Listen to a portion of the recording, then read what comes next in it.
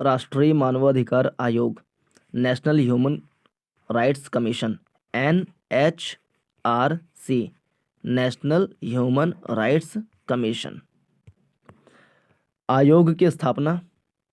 राष्ट्रीय मानवाधिकार आयोग एक सांविधिक निकाय है, यानी कि संवैधानिक निकाय नहीं है, कॉन्स्टिट्यूशनल बॉडी नहीं है, ये नॉन कॉन्स्टिट्यूशनल बॉडी है। इसका गठन संसद में पारित अधिनियम के अंतर्गत हुआ था। जो संसद में पारित अधिनियम के द्वारा कोई संस्था का स्थापना होता है उसे कहते हैं सांविधिक निकाय, और ऐसी संस्था जिसका उल्लेख संविधान के किसी अनुच्छेद में है उसे कहा जाता है संवैधानिक निकाय। तो NHRC एक सांविधिक निकाय है, न कि संवैधानिक निकाय। और इसका नाम था, यानी ये जो कानून पारित हुआ था उस कानून का नाम था मानवाधिकार संरक्षण अधिनियम 1993, और 2006 में इसे संशोधित किया गया था। यह आयोग देश में मानवाधिकारों का प्रहरी है, अर्थात संविधान द्वारा अभिनिश्चित या अंतर्राष्ट्रीय संधियों में निर्मित और भारत में न्यायालय द्वारा अधिरोपित किए जाने वाले जीवन, स्वतंत्रता, समता और व्यक्तिगत मर्यादा से संबंधित अधिकार। आयोग की स्थापना के मुख्य उद्देश्य इस प्रकार हैं। उन संस्थागत व्यवस्थाओं को मजबूत करना जिसके द्वारा मानवाधिकार के मुद्दों का पूर्ण रूप में समाधान किया जा सके। अधिकारों के अतिक्रमण को सरकार से स्वतंत्र रूप में इस तरह से देखना ताकि सरकार का ध्यान उसके द्वारा मानवाधिकारों की रक्षा की प्रतिबद्धता पर केंद्रित किया जा सके। इस दिशा में किए गए प्रयासों को पूर्ण व सशक्त बनाना। आयोग की संरचना। आयोग एक बहुसदस्यीय संस्था है जिसमें एक अध्यक्ष होते हैं और 4 सदस्य होते हैं। आयोग का अध्यक्ष भारत का कोई सेवानिवृत्त मुख्य न्यायाधीश होना चाहिए। तो NHRC का जो अध्यक्ष है वो भारत का कोई सेवानिवृत्त मुख्य न्यायाधीश होना चाहिए। एक सदस्य उच्चतम न्यायालय में कार्यरत अथवा सेवानिवृत्त न्यायाधीश हो। एक उच्च न्यायालय का कार्यरत या सेवानिवृत्त मुख्य न्यायाधीश होना चाहिए। तो एक तो हो गया जो कि सेवानिवृत्त मुख्य न्यायाधीश होना चाहिए जो कि NHRC का अध्यक्ष होता है। दूसरा, एक सुप्रीम कोर्ट का और एक हाई कोर्ट का सेवानिवृत्त या कार्यरत जज होना चाहिए। और 2 अन्य व्यक्तियों को मानवाधिकार से संबंधित जानकारी अथवा कार्यानुभव होना चाहिए। इन पूर्णकालिक सदस्यों के अतिरिक्त आयोग में 4 अन्य पदेन सदस्य भी होते हैं। कौन कौन होते हैं? यानी एक अध्यक्ष हो गए, 4 सदस्य हो गए, और अध्यक्ष सुप्रीम कोर्ट का मुख्य न्यायाधीश, सेवानिवृत्त मुख्य न्यायाधीश होना चाहिए, और जो 2 अन्य सदस्य हैं, 4 में से 2 सदस्य होने चाहिए, एक सुप्रीम कोर्ट का, एक हाई कोर्ट का कार्यरत या फिर सेवानिवृत्त जज, और 2 होने चाहिए जो इसके बहुत बड़े जानकार हों। और इसमें 4 अन्य पदेन सदस्य भी होते हैं। राष्ट्रीय अल्पसंख्यक आयोग, राष्ट्रीय अनुसूचित जाति व राष्ट्रीय अनुसूचित जनजाति आयोग व राष्ट्रीय महिला आयोग के अध्यक्ष। तो राष्ट्रीय अनुसूचित जाति आयोग अनुच्छेद 338, राष्ट्रीय अनुसूचित जनजाति आयोग आर्टिकल 338 क, और राष्ट्रीय महिला आयोग ये एक सांविधिक निकाय है जिसकी स्थापना हुआ था 1992 में। तो इन चारों निकायों के अध्यक्ष होने चाहिए राष्ट्रीय मानवाधिकार आयोग में। आयोग के अध्यक्ष व सदस्यों की नियुक्ति राष्ट्रपति द्वारा प्रधानमंत्री के नेतृत्व में गठित 6 सदस्यीय समिति की सिफारिश पर होती है। समिति में प्रधानमंत्री, लोकसभा अध्यक्ष, राज्यसभा के उपसभापति, संसद के दोनों सदनों के मुख्य विपक्षी दल के नेता व केंद्रीय गृह मंत्री होते हैं। इसके अतिरिक्त भारत के मुख्य न्यायाधीश की सलाह पर उच्चतम न्यायालय के किसी न्यायाधीश अथवा उच्च न्यायालय के किसी मुख्य न्यायाधीश की नियुक्ति हो सकती है।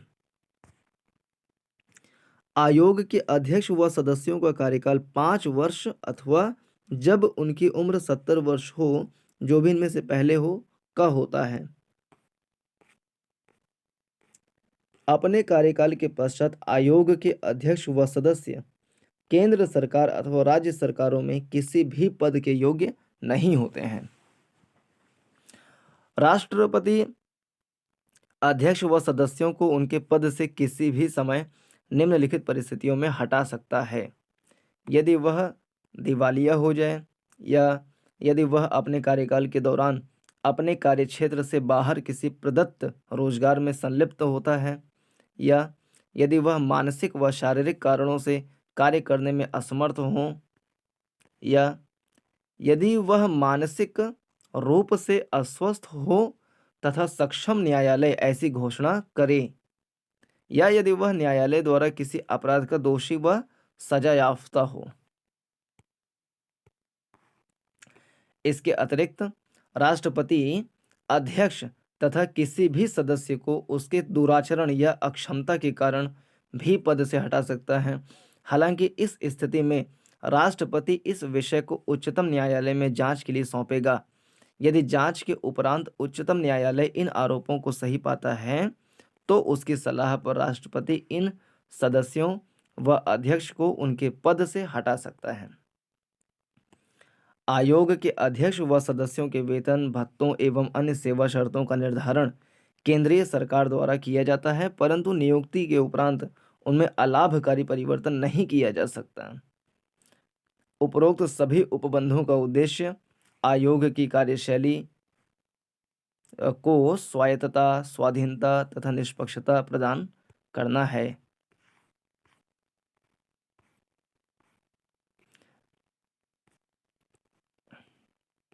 आयोग के कार्य निम्नानुसार हैं: मानवाधिकारों के उल्लंघन की जांच करना अथवा किसी लोक सेवक के समक्ष प्रस्तुत मानवाधिकार उल्लंघन की प्रार्थना जिसकी वह अवहेलना करता हो कि जांच स्वप्रेरणा या न्यायालय के आदेश से करना।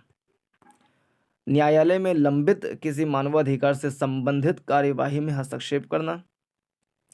जेलों व बंदी गृहों में जाकर वहां की स्थिति का अध्ययन करना व इस बारे में सिफारिशें करना।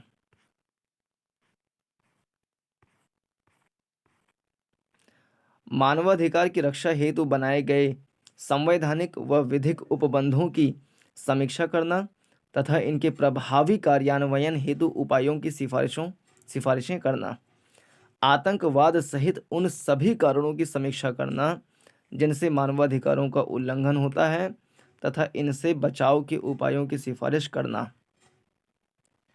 मानवाधिकारों से संबंधित अंतर्राष्ट्रीय संधियों व दस्तावेजों का अध्ययन व उनको प्रभावशाली तरीके से लागू करने हेतु सिफारिशें करना। मानवाधिकारों के क्षेत्र में शोध करना और इसे प्रोत्साहित करना। लोगों के बीच मानवाधिकारों की जानकारी फैलाना व उनकी सुरक्षा के लिए उपलब्ध उपायों के प्रति जागरूक करना। मानवाधिकारों के क्षेत्र में कार्यरत गैर सरकारी संगठनों के प्रयासों की सराहना करना। ऐसे आवश्यक कार्यों को करना जो कि मानवाधिकारों के प्रचार के लिए आवश्यक हों। आयोग की कार्यप्रणाली।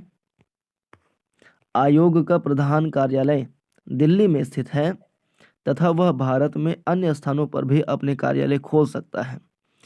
आयोग की अपनी कार्यप्रणाली है तथा वह यह करने के लिए अधिकृत है। आयोग के पास सिविल न्यायालय जैसे सभी अधिकार व शक्तियां हैं तथा इसका चरित्र भी न्यायिक है। आयोग केंद्र अथवा राज्य सरकार से किसी भी जानकारी अथवा रिपोर्ट की मांग कर सकता है। आयोग के पास मानवाधिकारों के उल्लंघन से संबंधित शिकायतों की जांच हेतु एक स्वयं का जांच दल है।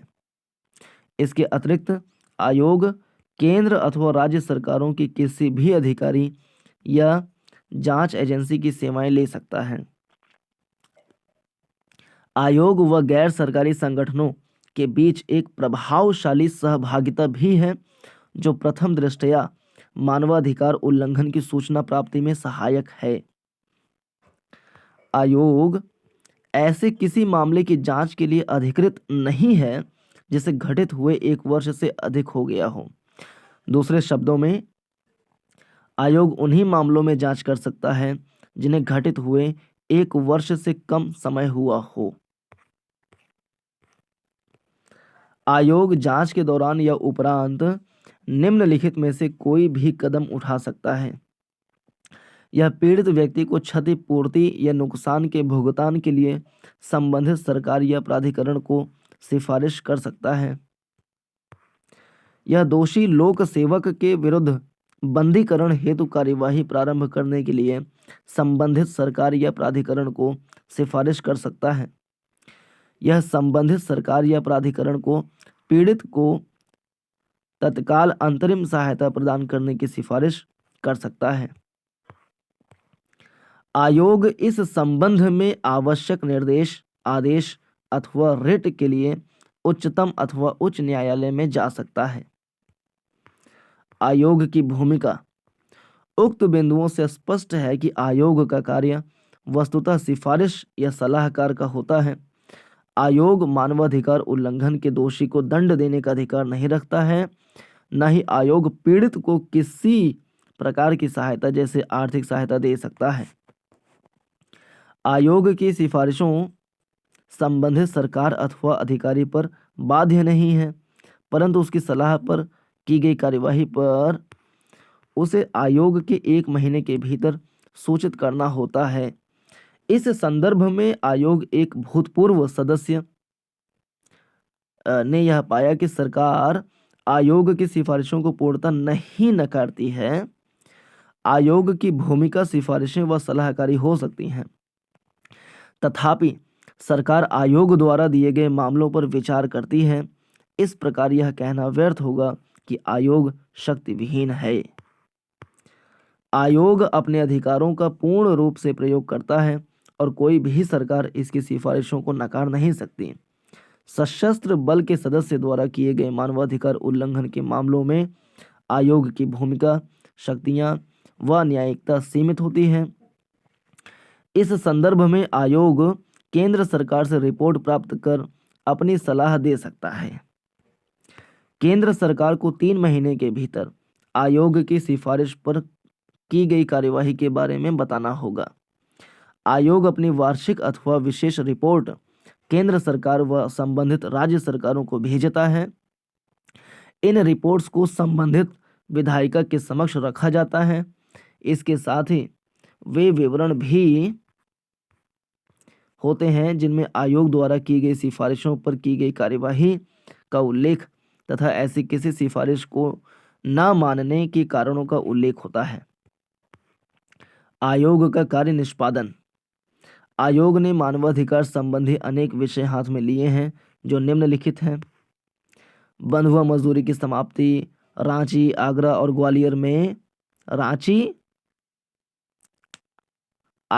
ग्वालियर में मानसिक अस्पतालों का संचालन, आगरा स्थित सरकारी सुरक्षा गृह महिला वाला का संचालन,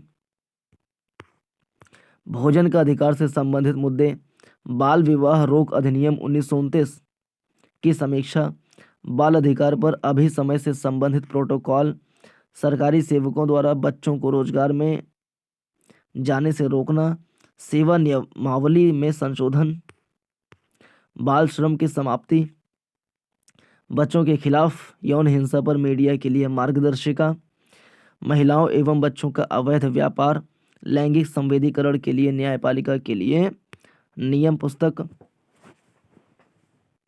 यौन पर्यटन एवं अवैध व्यापार के रोक के लिए संवेदीकरण कार्यक्रम, मातृत्व रक्ताल्पता यानी निमोनिया तथा मानवाधिकार, वृंदावन परित्यक्त महिलाओं का पुनर्वास, कार्यस्थलों पर महिला यौन उत्पीड़न को रोकना, रेलगाड़ियों में महिला यात्रियों का उत्पीड़न, हाथ से मैला साफ करने की प्रथा का अंत, जिसको कहते हैं मैनुअल स्कैवेंजिंग। दलितों से संबंधित मामले, उन पर किए जाने वाले अत्याचार सहित अनधिसूचित तथा घुमंतू जनजातियों की समस्याएं, विकलांग व्यक्तियों के अधिकार, स्वास्थ्य के अधिकार से संबंधित मामले, HIV एड्स संक्रमित व्यक्तियों के अधिकार।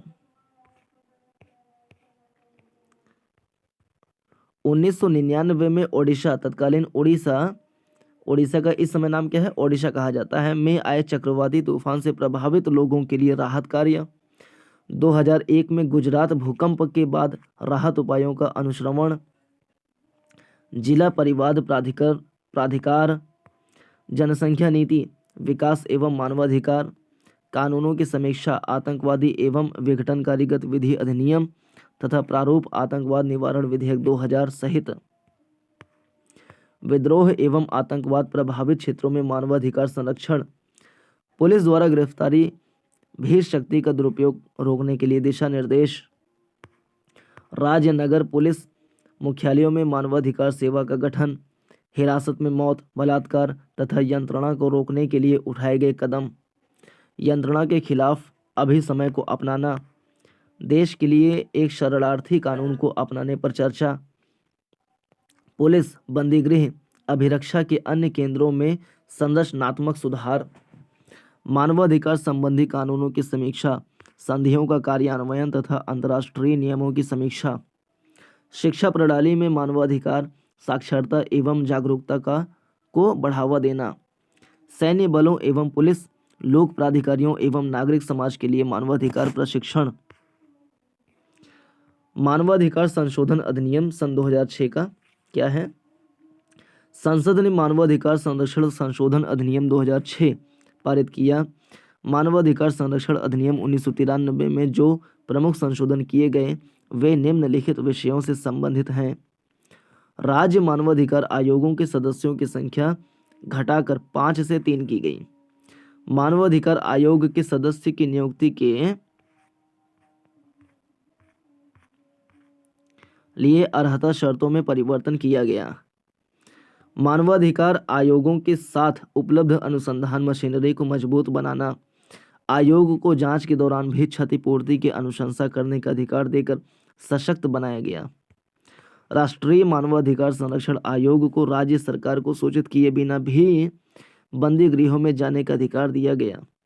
गवाहों के साक्ष्य का अभिलेखीकरण करने की प्रक्रिया को मजबूती प्रदान की गई।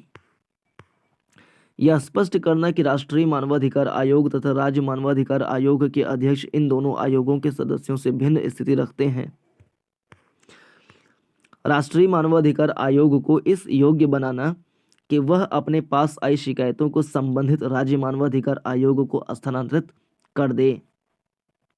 राष्ट्रीय मानवाधिकार आयोग के अध्यक्ष तथा सदस्यों को इतना समर्थ बनाना कि वे अपने त्यागपत्र राष्ट्रपति को तथा अध्यक्ष को संबोधित करें तथा राज्य मानवाधिकार के अध्यक्ष एवं सदस्य अपने त्यागपत्र संबंधित राज्य के राज्यपाल को संबोधित करें। यह स्पष्ट करना कि राष्ट्रीय मानवाधिकार आयोग अथवा राज्य मानवाधिकार आयोग के अध्यक्ष एवं सदस्य के चयन के लिए गठित चयन समिति के किसी सदस्य की अनुपस्थिति से चयन समिति के निर्णयों पर कोई प्रभाव नहीं पड़ेगा। इसकी व्यवस्था करना कि राष्ट्रीय अनुसूचित जाति आयोग के अध्यक्ष तथा राष्ट्रीय अनुसूचित जनजाति आयोग के अध्यक्ष राष्ट्रीय मानवाधिकार आयोग के सदस्य होंगे। केंद्रीय सरकार को भविष्य के किसी अंतर्राष्ट्रीय प्रतिज्ञा पत्रों तथा परंपराओं को अधिसूचित करने के योग्य बनाना जिन पर कि अधिनियम लागू होता हो। राष्ट्रपति ने 28 सितंबर 1993 को मानवाधिकार संरक्षण संबंधी अध्यादेश जारी किया। इसके बाद मानवाधिकार विधेयक 1993 में संसद के दोनों सदनों द्वारा स्वीकार कर लिया गया और 8 जनवरी 1994 को राष्ट्रपति से इसकी स्वीकृति मिल गई। यह अधिनियम 28 सितंबर 1993 से पूर्व प्रभावी हुआ।